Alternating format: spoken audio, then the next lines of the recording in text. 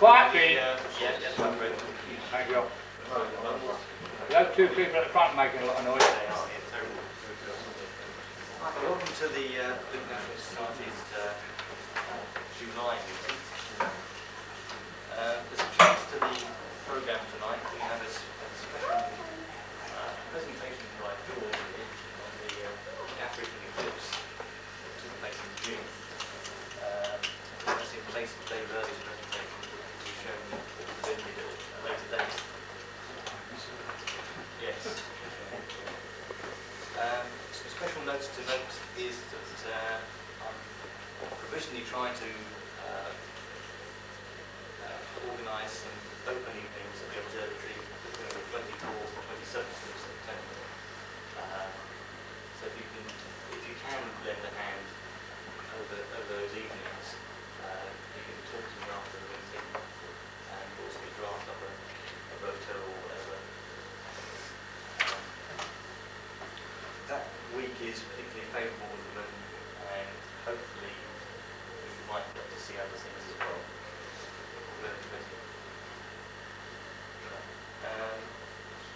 The August meeting is a general members evening, so if people would like to come along to that, they're very welcome to. There's nothing organised for that evening, but it's a general get together.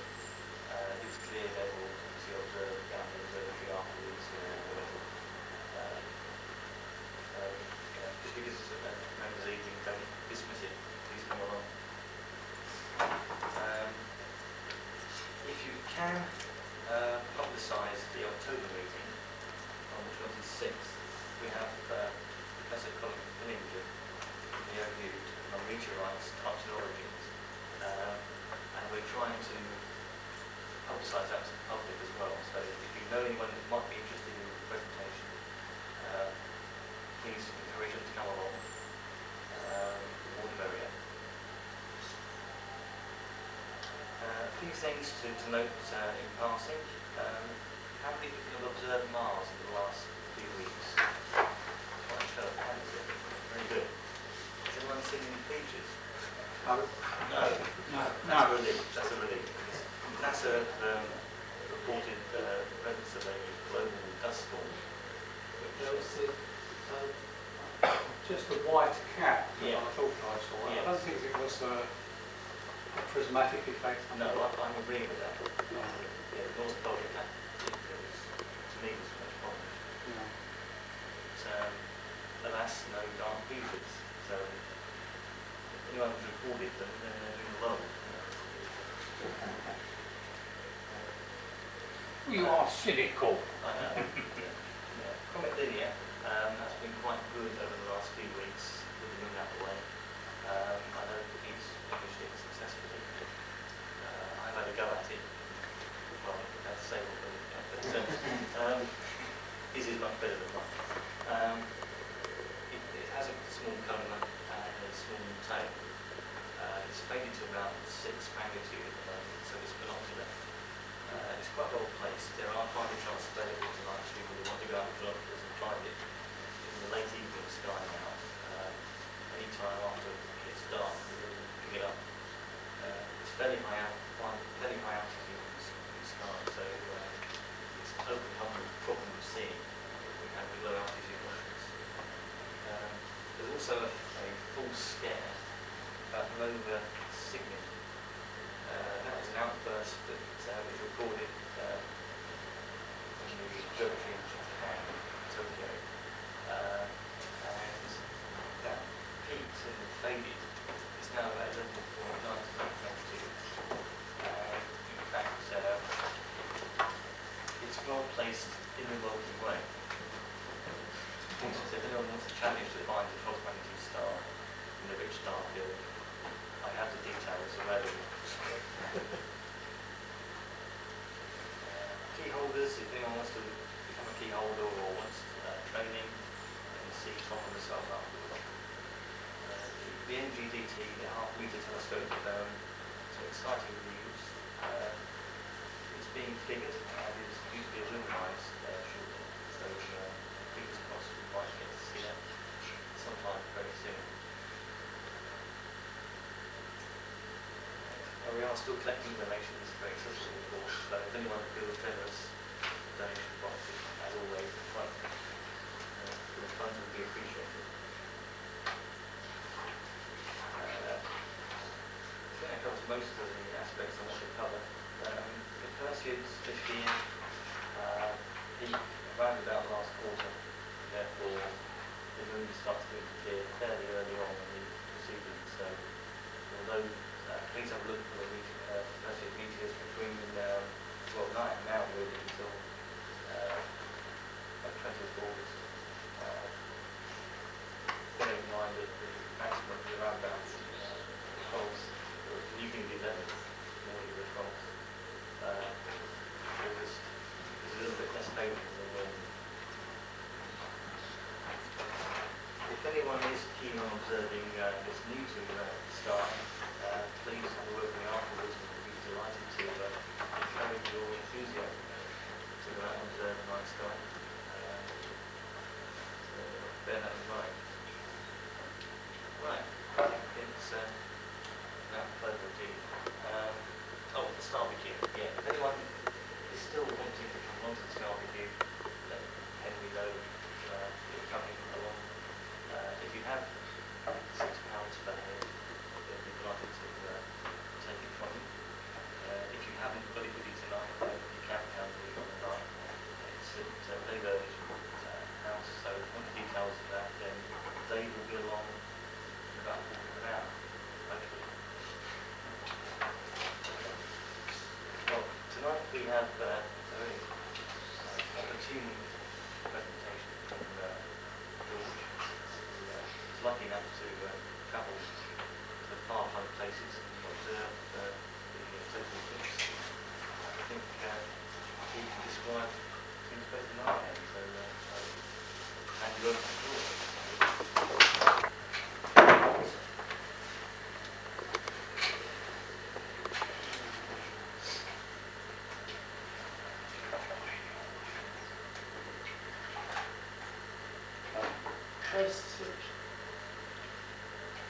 Press what? Turn it on first. Ah. The one closest to you.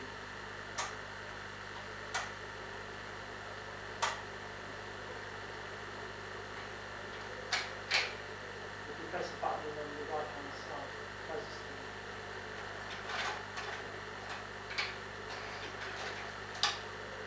Oh, look, right. This shows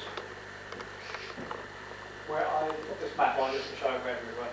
We started off the tour with explorers tours. We flew out to Johannesburg. They went to Victoria Falls, which is just over here by flight. And then we were in buses. We went from there. We stopped off at Victoria Falls for a couple of days so we could see the falls, and we stopped at the Owangi National Park. We had a drive round at the Land Rovers there and saw a few animals. Slade and I just beyond Bulawayo and drove up to Harare. It's interesting, these coaches that they used were from a South African company.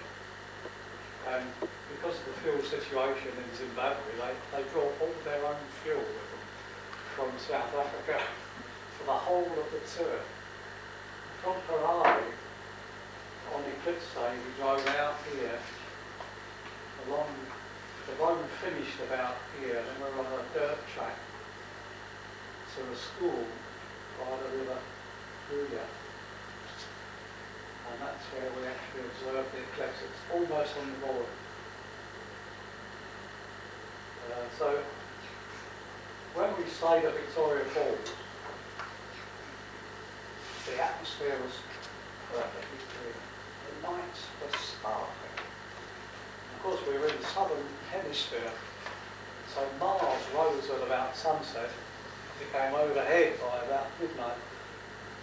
And the Milky Way, I've never seen it like it before. You could white, dark holes. I did try to take a few slides of the sky, because I'd taken a drive with the clock drive, but unfortunately from the hotel we were staying at, we couldn't get a clear view of the southern pole, so I wasn't able to orientate the drive properly. I worked for about 3 weeks on this drive, converting it from a northern barn door to a southern barn door. And anyway, I did get some images which you may like to see. This is, you can see that there's a bit of movement there.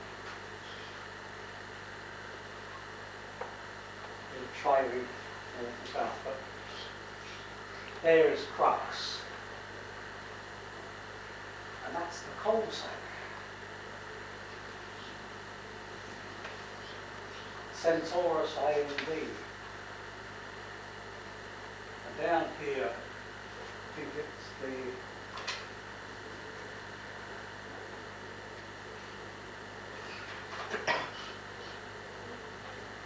Carina Nebula is down there somewhere, according to my 2000 atlas. But I was using 1600 film, which I was a bit disappointed in because this is Fuji 1600, and I was getting longish exposure, about 15 minutes, and it seems to lose all red when you expose for a long time. There's a reciprocity failure with colours on the film, and you tend to lose the reds. I'm not very happy with that.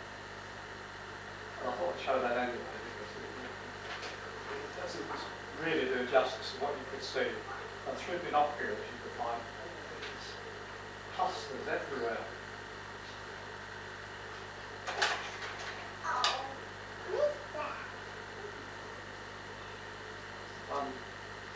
Lighted here, but this one that I recopied to give a better image. It has increased the contrast slightly. This is the constellation of Centaurus. Can you see it? And of course that is Mars.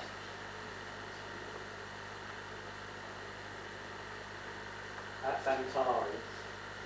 And you can just about trace the stars running down here. The Scorpius, I think it's called, Scorpius.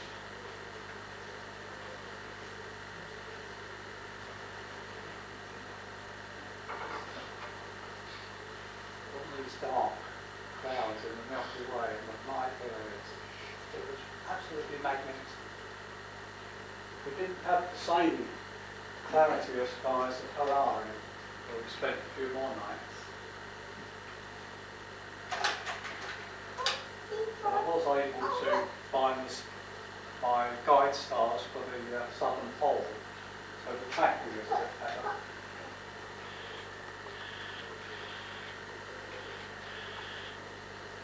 There again, there's Crux, Centaurus A and B,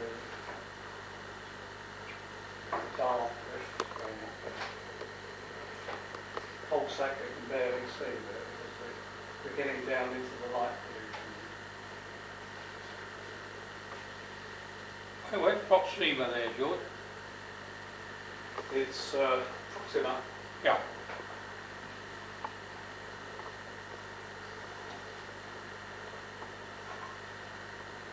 Hello. Oh, right.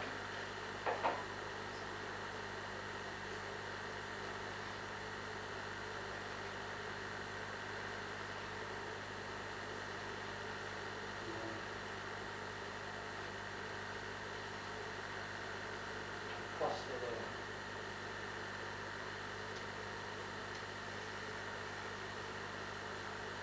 That's the one you're probably thinking of, is it?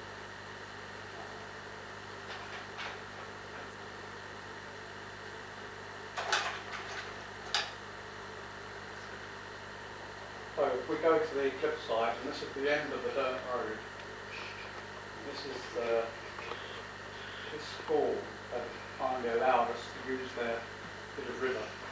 So insert the eclipse on. This is where we got off the coaches and walked the last 30 or 400, 300 or 400 yards down to the river. It's a bit heavy carrying it all back again. See the sort of weather we had. There were a few cumulus around.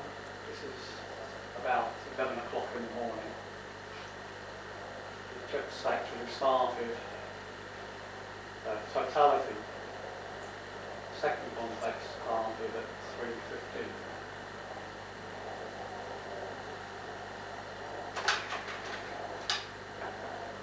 That's the riverside. They thought the river might be dry at this time of year because it was the dry season. But as you can see, it's a very pleasant spot. A few rocks around, a few stones. Most people avoided the sand. The tripods bedded down in there, it might move. But I found the sandy spot, the stony spot.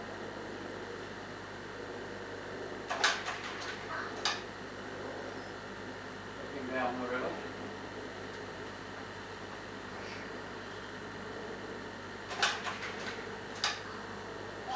These days, eclipse going on.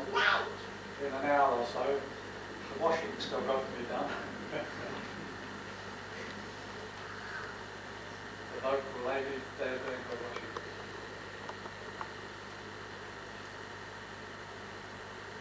That bit over there where you can see the smoke coming out is where they were cooking us up a barbecue.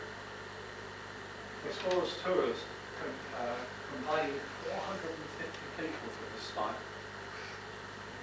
And they laid on the bar, cool beer, and you had to pay for that.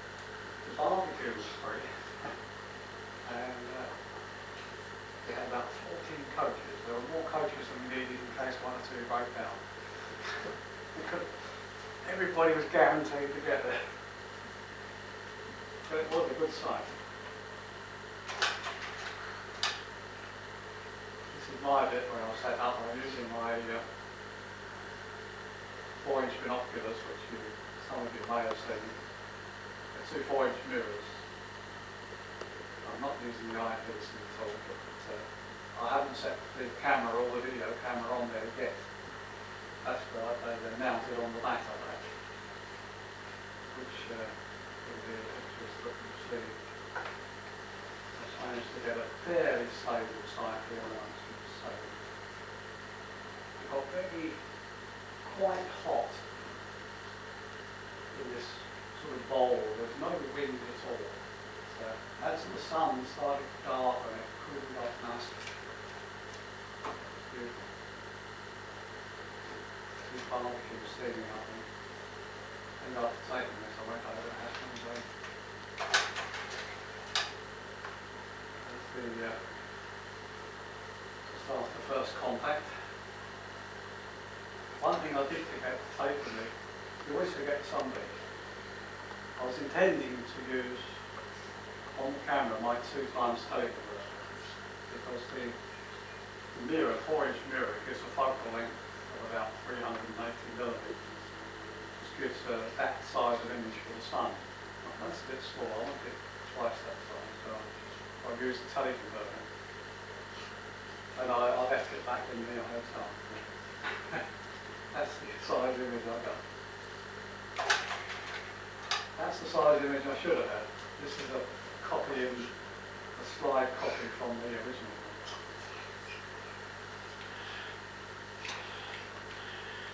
You always lose a bit in the copy.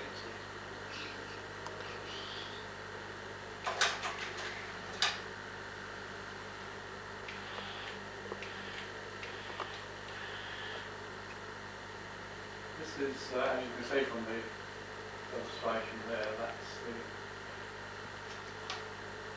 about halfway through partial phases.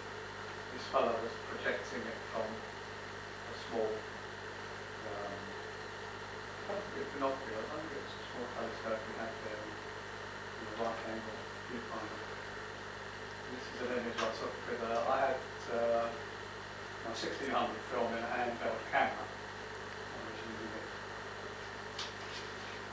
The rest was on the setup.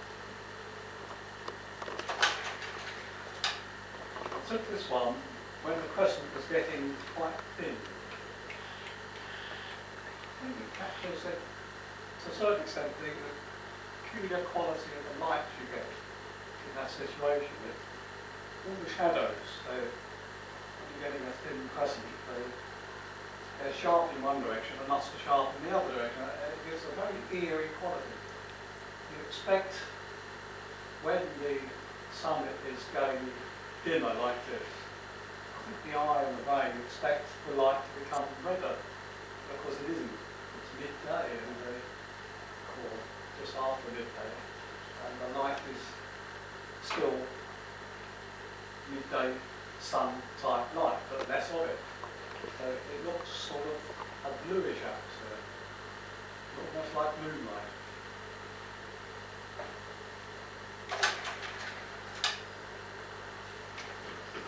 That's the first image that I took on the camera. I missed the diary, that's on the video. But this is just after with second contact. I took a few through the camera. You notice there's a very good prominence out there. That comes out very well on the video. That's an enlargement of that. That prominence there was detached from the sun. You could see space underneath it.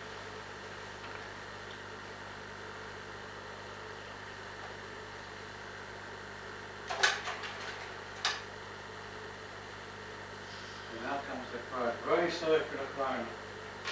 Get that with the period of maximum sunspot activity. It's still a bit only just gone into totality, so it's a bit brighter out that side. Unfortunately, using this on without the 2 times telly, what I intended to do was use I used the push button. I had the camera set on hold and I was going to take various length exposures by just pressing the button and let it wind on. It was operating very fast. It was operating at about f4. Had I had the 2 times cut it to it, it would have been, of course, f8. And most of my times were more or less calculated for that. So I haven't got much of the inner corona to show you.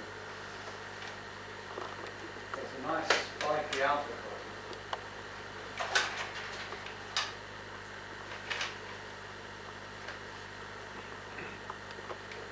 It's a bit light to see some of the outer detail on this. There's a lot more there on the slide than you can actually see.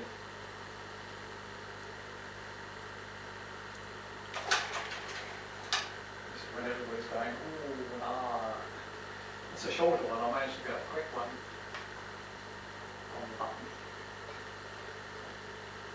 What sort of exposure is that to? It's bubble. Oh, you don't know. I was using the bowl Yeah. and just letting it wind up so that I could take various ones. Probably, I just think from the calculations that I was basing the exposures on, just to get the prominence might make me even out. So it's 250 to 500 at f4.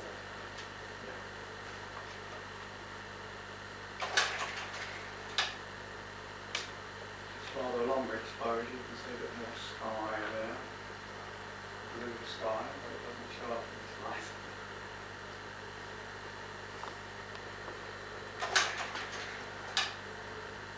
It's even longer. It's can't see any stars. I was hoping that at this longer exposure it might just bring out a few stars, or perhaps even Mercury. It's didn't.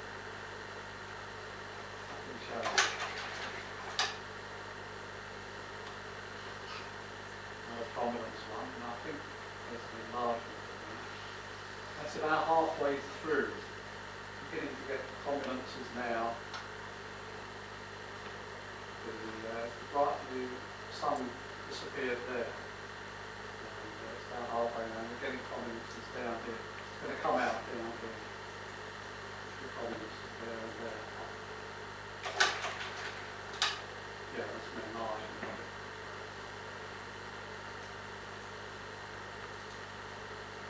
it. This was a 3 minute 10-second eclipse. With a shorter eclipse, you tend to get more columns because the size of the closer together. They would have known in India. You probably got prominences all the way around doing that. So a minute. No. But you actually enlarged that yourself, did you? Yeah, I did that in the enlarger. Took another Yeah. slide copy of it. Yeah. It looks better than the original.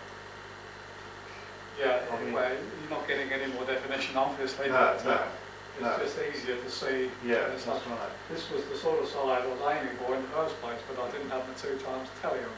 No. So I thought I'd try a few of these up like that, but there are some nice comments.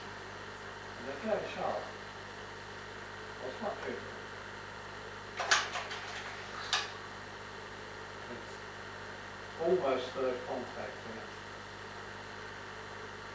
Getting quite a bright red edge. That's the enlargement of that. I did, in the enlargement, when you're copying slides, you tend to get a lot of contrast. I tried the pre-flash technique where you can flash to bring the emulsion up so that it's at a level where it's going to record fine detail. I overdid it a bit, so you've got a bit of flash in the background there. But it seemed to work, because the contrast is not that much greater.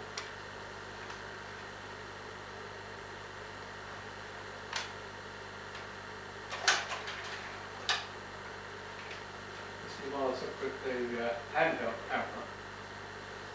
I think I gave it about, this was the 1600, Fuji 1600 film, I gave it about, I think about a 30th of a second. And Jupiter did that, but it's quite startling now. It's like, there it is there. Jupiter. So it's quite close to the sun, actually. Yeah. In fact, if you look at the slide under magnifying glass, you can just about see Saturn down there. There's no luck there. So there are quite a few stars just showing at that exposure. See the top of the trees on the lake. Something like 50 volt lens on this.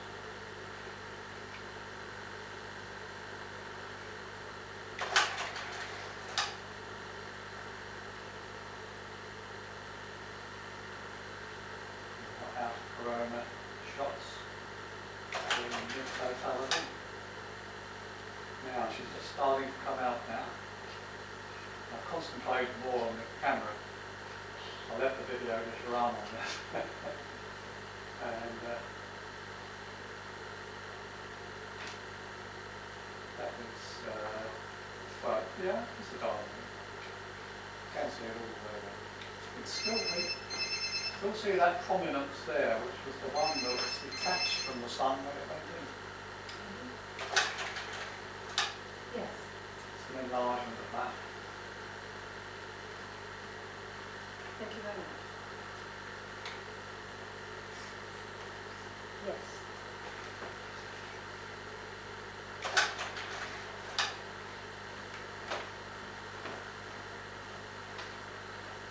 Getting a lot of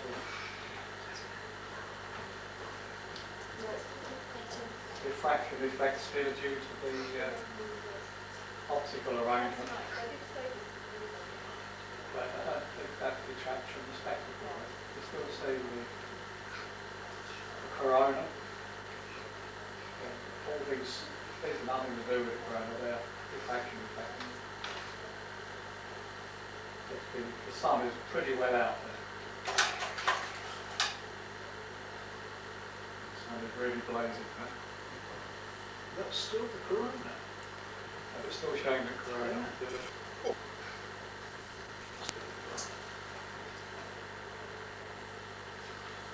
Mr. McGarvey allowed it.